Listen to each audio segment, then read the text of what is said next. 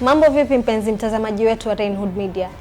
Kwa majina kamili inajulikana kama Kibibi Salim, ama ukipenda waweza kuniita Dakei.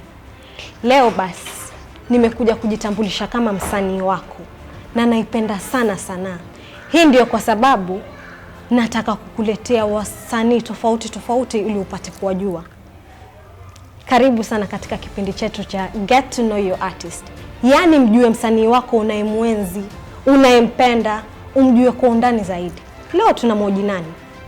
Basi keti na sisi hapa na usisahau kusubscribe katika channel yetu ya Rainhood Media. Karibuni.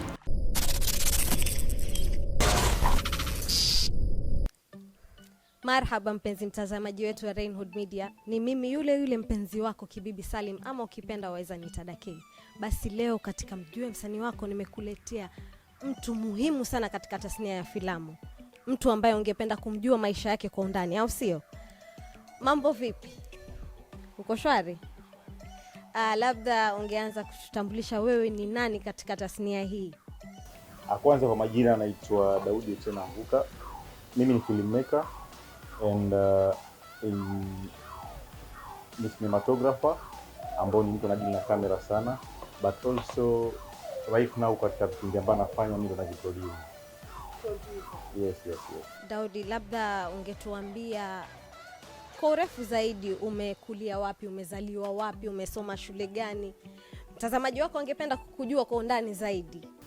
Mimi nimezaliwa place inaitwa Kwa She ni iko Mikindani, kama mtu ajua Mikindani pale iko.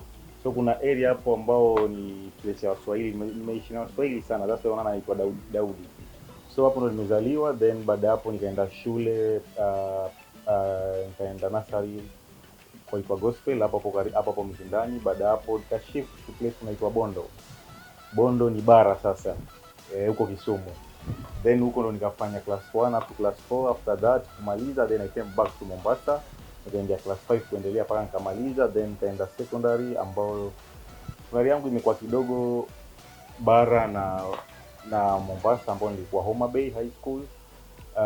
Not Homa Bay High School, but kwa nasomea Homa Bay, sorry. Then nikakuja Mombasa, ambao nikamalizia Kajembe High School. Kajembe High School, that is so nice. Unaishi wapi sasa hivi? Kwa sasa naishi hapa Nyali, ambako iko place kwa Beach Road. Yeah. Okay, na labda kwa yule mtu ambaye anakuangalia na anakujua kama Daudi Anguka, wewe ndio producer wa Pete kama sijakosea. Labda angependa kujua uko katika mahusiano hivi ama uko single, ajitayarishe. Mimi niko kwa mahusiano. And majali wa Mungu akijalia, maybe kama next year basi anaweza waita mkule kidogo, kama ni biriani, kama ni pilau, kwa uwezo wa Mungu. Majali. Yeah. Sawa. Turudi katika filamu kidogo. Tunavyojua ni kwamba ulipata kujulikana zaidi wakati wa Zilzala. Unaweza kutuambia kidogo kuhusu hilo jambo la Zilzala? Na Zilzala ilikuwa ni short film yangu. Na wakati nilikuwa naanza filamu, nilimaliza shule Kajembe. Wakati nilimaliza shule Kajembe High School, nilikuwa sponsored na UNICEF. Baada ya kuwa sponsored na UNICEF, tulienda place ambako inaitwa Mshinde Mliro. Then tukaanza fundishwa mambo ya film and theater. So from hapo, because ilikuwa niko based kwa theater, nikaanza learn about film. Na hiyo UNICEF ndio ilikuwa ni program imechukua Kenya nzima na ilikuwa imechagua watu kadhaa. So from hiyo area nikaanza kupata hiyo nafasi ya kuwa okay, kumbe filamu naweza connect na theater, na mimi nikaweza fanya vitu kadhaa. So nakumbuka nikiwa UNICEF niliandika my first story, which nikaidirect mimi na team yangu, then tukaiproduce, ikatoka. Then after hapo kwa na challenge kidogo, I think tulisikia tu pesa zimeliwa za UNICEF and shule ikakatika. So ikabidi turudi Mombasa. Kurudi Mombasa ilikuwa na hiyo time tumeingia industry iko tricky kidogo, and hakuna project ambazo, hakuna place ambayo zaenda ukasema waweza fanya job. So kutoka hapo nikagundua like okay, niko na knowledge ya kuweza kufanya kitu. I think naweza kuandika script, naweza kuedit, and I used to direct stage plays. Now nikaanza combine hizi knowledge zote na kuangalia vipi ambavyo naweza sukuma hii cinema angalau ya Mombasa iweze kumove. So nilikutana na one of the guys anaitwa Clifford Okumu, and nilijaribu kumuuliza about industry vile iko, na aliniambia industry ni ngumu. Industry ni ngumu na haina pesa. So kama unataka wewe njoo tufanye project. Nakumbuka the first project ambayo kuja wakaniita hiyo time ilikuwa tunafanya cost combine. Kuna movie kwa inafanya cost combine ya all producers plus all directors plus all cinematographers coming together and doing something for Mombasa. Yeah, so when nilienda hiyo project I really learned a lot because ilikuwa ni project nyingine tricky. Ilikuwa ikifika lunch time kila mtu anaenda kivyake, hakuna food, hakuna transport. People were working in a way siku understand industry na movaje, and ilinipatia challenge kama young filmmaker. Nikarejea back nikasema now if watu na wakivi lini tutaendesha magari sisi, ama lini tuta grow in terms of mazee jamaa ko comfortable, because daily wewe watembea na aim ya mtu kwa life yake ni ya move from one step to another. One step to another ni mazee uko comfortable, waweza lipa nyumba, comfortable, waweza kula, kila mtu ishi na hiyo like mazee there's something I'm supposed to do. So baada hapo nikaanza kutengeneza short film zangu, ambao ndo hapo ndo ilini drive mpaka nikafika kwa Zilizala. Nitengeneza short film yangu kwanza inaitwa White Doom, and White Doom nikaipeleka kwa Film Festival. Hiyo time kwa Film Festival ilikuwa inafanya vizuri sana, na I hope irege back because najua kuna upcoming filmmakers wengine wangetaka kufanya project zao kadhaa ambazo mpaka sasa hizo hajaweza kufanya. Okay, so baada hapo nikaanza kuona interest ya kuwa nataka kufanya kitu kwa hii industry. Then nikaanza kutengeneza short film, which ya kwanza nimesema ilikuwa White Doom. Baada hapo nikatengeza Watamati, which ilikuwa nafanya vizuri. Watu wanaona kuna growth. Ila short film yangu nilikuwa nasema niko hapa kulearn na kuweza ku make industry grow. So kwa nifanya short film moja naangalia range ya vile watu wameongelea positive critics na negative na ziunganisha. Then angalau nikienda Watamati na kufanya tena kitu unique, people nikaona watu wanaanza kuongelea vizuri. So ilifikia wakati kwa nikasema then nimepata watu wamekuwa wakiongelea juu yangu vizuri kulingana na hizi kazi nimefanya ndogo ndogo, na ni high time hata kama nitaifanya ndogo basi ndogo kubwa, because baada hapo ilikuwa kidogo baada ya kutengeneza short film, Kenya Film Commission ilinisponsor kwenda kusomea tena film Hotsun Film Foundation, ambayo ilikuwa Kibera, but ilikuwa ni wazungu wanakuja from different countries wanakuja kufundisha. So baada hapo nikaenda Hotsun nikasomea mambo ya filamu, then ilikuwa ni kama nilisomea for 8 months. Then niliporudi back ilikuwa niko na knowledge nyingine nzuri na nimefanya job kadhaa. So baada hapo kutoka Hotsun nikaanza fanya projects which kidogo ilikuwa nimegrow in terms of kazi zangu. Nikarudi uzuri nikapata call nikaenda kushoot Anti-Boss. Nikashoot. Ulihusika pia katika? Job yangu ambayo nianza kushoot ya TV series yangu ya kwanza ilikuwa Anti-Boss. But at that time nilikuwa nishafanya pilot yangu nyingine haikuweza kuenda baada ya kutoka Hotsun na nini. Then so baada hapo nikaitwa as a cinematographer because niliangalia nini kizuri naweza nimemeja wapi kwa hii field yangu. Nikaanza kumeja as a cinematographer, nikagundua niko mzuri hapa, na niligundua hiyo time Mombasa kulikuwa na technical know-how ya crew ambao wanaweza kuwa kama cinematographer, wa editors, watu wengi walikuwa actors walikuwa wako, but hatuna team ya kuweza kuproduce. So nilimeja sana kwa production kuweza kuangalia vile industry za grow. Yeah, so vile huwa nasema nikashoot Anti-Boss season 2 na 3. Then baada hapo nikarudi Mombasa, so nikaanza kuangalia njia ambayo ya kuweza kufanya kitu Mombasa, because huko ndo kwetu na huko ndo mali tumetoka, so tungependa kufanya story nyingi huko kwa Mombasa zetu. So baada hapo nilidecide kuja timu yangu ambayo kina Erastus, kina Haman, nikaita timu yangu kuipartner na tukafanya project ambayo inaitwa Zilizala. And tulifanya Zilizala na nia moja, na tulikuwa tunafanya something creative ambao watu wataweza ona na watu waiongelee tena kwa njia tofauti, na kuangalia angalau hii job ikionekana inaweza tupatia step gani kwa life. Kwa hiyo mtu afanya kazi na reason kuwa mazee leo utakuwa hapa, next time nikiwa hapa itakuwa angalau nini yangu imefound place yangu kitu yote ambayo nafanya. So Zilizala ilifanya vizuri. Nakumbuka first time tukipeleka kwa Film Festival ilinikaribia 11 awards, and watu walikuwa wakiongelea wanasema si kitu ya Mombasa, because watu wengi ambao waliona kwa kinipigia kiniambia sidhani kama mtu wa Mombasa amefanya hii project. Ndio nikafeel okay, then tumefanya kitu unique. Kama mtu kwa film wa Mombasa atafanya project kama hii, basi tumemake step. So ngambia timu yangu like hey guys, tumefanya kazi nzuri.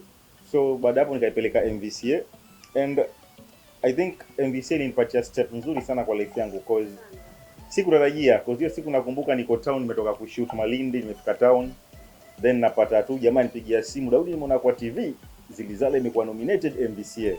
And I was like, bro, niambie ukweli. Yaani hiyo siku nakumbuka nilikuwa na furaha kwa tumetoka kufanya kazi na jamaa mwingine ametoka huko Spain. And I think niliwasahau hiyo time kwa amenilipa nikatoka mbio. Kwa sababu akanishangaa, Daudi, what is happening? Nikamwambia mazee, na kuna project yangu nimefanya imekuwa nominated and hizi ni awards zingine nzuri sana and I feel kama nitapata chance ya kuwin watu wataweza taka kujua, because at the end of the day lazima brand yako uimarket ndio wewe ufike mahali. So baada hapo Zilizala ilikuwa nominated na nikaenda Nigeria, nakumbuka hiyo time na hiyo siku ya festival sikuamini. I'm telling you, nilikuwa nimeketi nasema jamaa mmoja niambia, Daudi, si tumezoea kuja hii kitu bwana, hapa tunakuja ni starehe tu, tulipiwa ya ticket hoteli kubwa, tunaondoka hakuna kuwin. So itakuwaje? Nikamwambia bwana, mimi first time yangu sijui nini happen. Mimi nimekuja nimelipiwa ndege na yani for kitu ilinipatia motisha ni kwa you can do something, because it was not a big budget project. But nililipia flight, nilipia hoteli, yani nilipia mali. Hiyo siku kwa nasema okay, then sisi as talent tuna pesa nyingi kuliko mtoto, ni vile hizo opportunities hazijakuja. So baada nilifika hapo na awazi kitajwa Zilizala ikawia. And ilikuwa kwa hiyo siku nakumbuka nilisimama na furaha nyingine mpaka tuko nadhani unajua kwa watu kushangilia kule Nigeria niligundua ni wengi. Ukiwa umekuwa nominated unakuja na timu yako. So watu wanajua mtu akiamka kelele huyo ni timu, huyo si mtu amewin. So nakumbuka time nimeamka kila mtu amenyamaza, inaangalia like mtu wa kushangilia ni nani. Hakuwa na expect kuna mtu mwingine tofauti, kwa hizo ni like 3 years ago, so bado nilikuwa young pia. And niliamka hapo nikaenda kuchukua award na ilikuwa poa sana, watu walifurahia, niliona kila mtu yaongelea, kila mtu yuasikia raha vile tumewin. Watu hawakutarajia kama just a short film from Coast inaweza scoop award at MBCA. So na hiyo ilinipatia mimi courage nyingine nzuri sana. Juu baada ya kurudi nilifeel like okay, yafaa tufanye kitu. So ilinipatia challenge. Nakumbuka hiyo siku nilipofika nilichukuliwa na magari, watu wakanizungusha, nilikuwa kama MP paka I think. Nakumbuka it was so nice. Yani kitu ambacho kinatokea nchi zingine alafu kije kitokea katika nchi yetu ni fahari kubwa. That's yani ilikuwa big bang, akasema okay. Kwa hiyo nakumbuka hiyo siku nilizunguka mtaa yangu Mikindani, nikaenda paka town, watu walikuwa wanasema Daudi anataka kuwa MP. Huyu jamaa basi ashakuwa na pesa. At that time I'm telling you, sikuwa na pesa hivyo vizuri. Because nakumbuka jamaa baada ya kumzungusha bwana kaniacha town. Akapanda matatu. Nikasema usitaka kumbe naisha na sekunde. Sasa hizi nimeketi na mtu matatu, mimi nilikuwa naitembea nikenua mkono. Nini na happen kwa life yangu? So nimeketi kwa matatu ikanipiga. Niliwaza sana, nakumbuka hiyo siku nikasema nadhani watu wa understand vile penso nyingine inaingia kwa akili yangu, za kuingia kwa sekunde. Kwa hiyo time nilifeel niko kwa world nyingine tofauti. Niko kwa gari, watu wananifuata makelele, mimi nainua mkono, nimebaila award. The next thing niko na rafiki yangu yuko mbele amebeba award, mimi niko nyuma ya matatu tuenda home. I'm telling you, siku nilienda nikalala mpaka kesho yake, because naanza feel I think yafaa niwe mahali pazuri zaidi. But hiyo time kwa naishi 2 bedroom, nikarudi kwa nyumba yangu nikaketi and sorry, not 2 bedroom, nilikuwa naishi kwa double room. So nikisema 2 bedroom, wewe wasema nini unaishi 2 bedroom? Nilikuwa naishi kwa double room. So nilifeel like kuna step tumemake. Now nini nyingine tutaweza fanya? So ilinipatia challenge sana za filmmaker. Nakumbuka hiyo time nilikata kufanya kazi nyingi nikijaribu kujiangalia, kwa sababu nilisema siwezi kuwa famous kila mtu aniongelea. Kufanya kazi ndogo. Asikusema kazi ndogo. Nilikuwa naweza fanya kazi yote, but kwa nasema kwa nini? Sisi kwa hivi famous, namuona mamangu pale choma sambusa, namuona mamangu daily amka choma mandazi, bado ndugu zangu na supply after. Then yafanye keti nijiangalie naweza fanya nini. So niliangalia at that time world ya movie ilikuwa ni tricky sana. Wewe utangurejesha pesa na movie ni ngumu sana, na inataka, ndio maana mimi nilitumia idea ya festival. Wakati nilifanya movie yangu ilikuwa CM market ya watu.